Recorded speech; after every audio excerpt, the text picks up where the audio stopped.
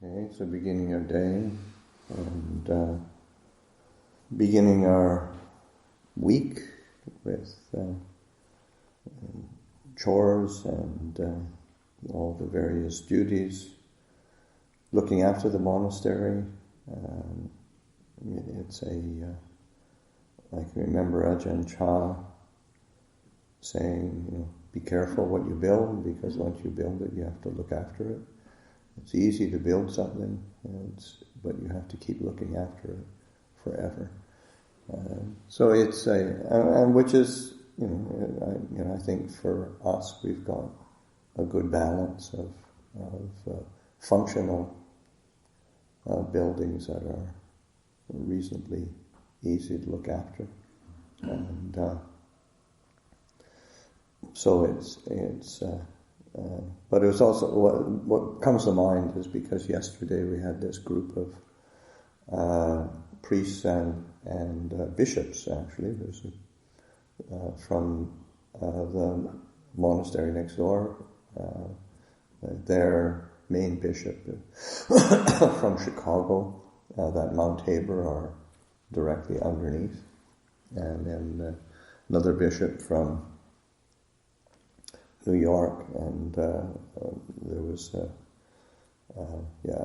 other priests that were along, quite senior, but it was Ajahn and I received them, talked with them, and then as they were leaving, I was talking with them, and we'd exchanged. They had been very curious as to our lifestyle and our community, and we went around.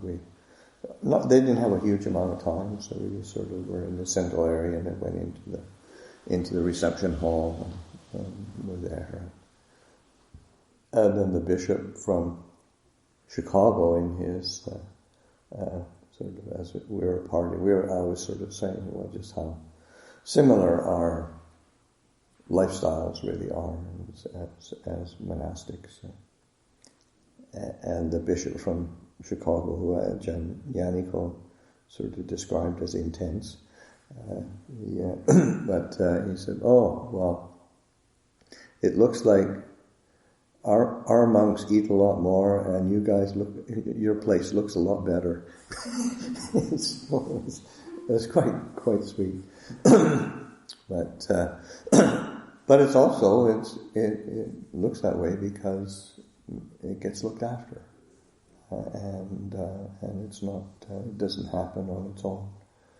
So this looking after things, keeping on top of I'm just on top of keeping things clean and neat and tidy, and then when something is in need of maintenance and fixing, then it gets done. It isn't just sort of ignored. So it's really important, because that the reality is impermanence is just happening all the time. It isn't when we're just in meditation and watching the breath. Now I can see impermanence. It is a reality of everything being impermanent, and things being impermanent, things being changing, things being uncertain. It needs attention and care and circumspection to be properly recognizing and responding with discernment and clarity.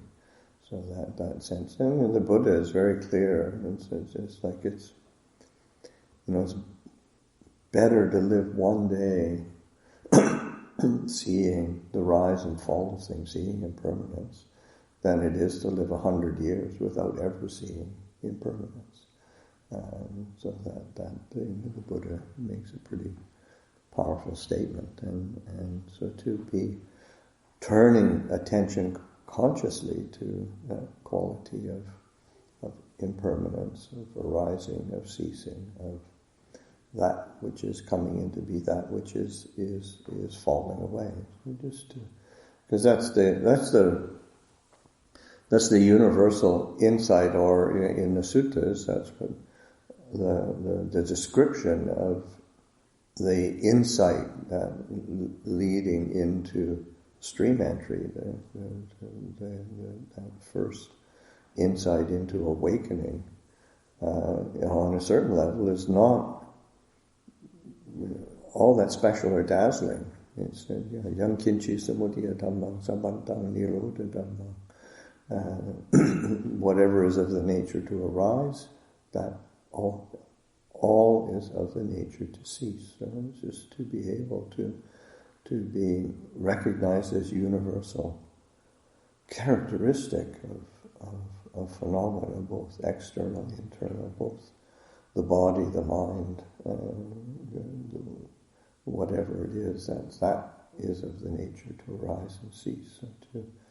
And then it's like responding with care and attention, responding with a certain sense of real, kind of real grace, because like a life well lived, in the same way that like a monastery well kept can be a real beautiful thing, a life well lived can be a really beautiful thing.